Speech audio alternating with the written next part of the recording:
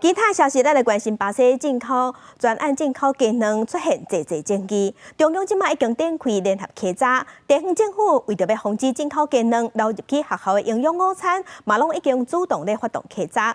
外界即马是伫质疑讲，巴西进口卵到底敢有抹蜡来保护？农业部是表示，敢若有喷膜保护，毋过嘛强调讲，两种拢是保护卵的方式，外界毋免要意即个差别。 最近大家拢伫咧关心进口鸡卵的代志，同市政府稽查学校的营养午餐，则被调查卵的源头厂商，确定拢是用国产鸡卵，因为大家拢对卵的品质有疑虑，各地方政府拢主动调查。如查获履约违规，则加重记点。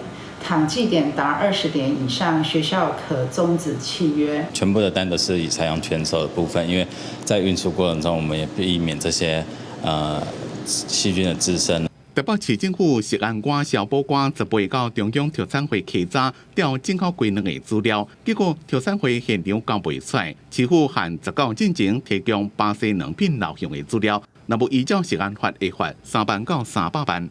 虽然中央到现在没有提供相关的资料，但我们就是主动追、主动查。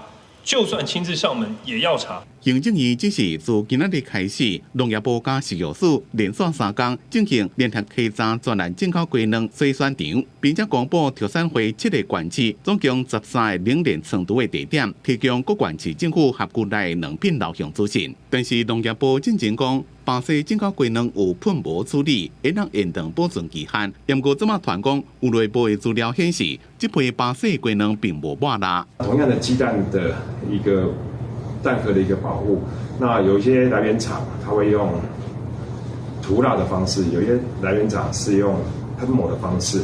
那以我们所了解，巴西鸡蛋进口的话，最主要是以喷膜的方式。农业部解释讲，无论是抹蜡或者是喷膜，拢是保护鸡卵壳的一种方式。外界无需要伫咧这个问题内面一直说，不过消费者是不是当接受，也该看记者综合报道。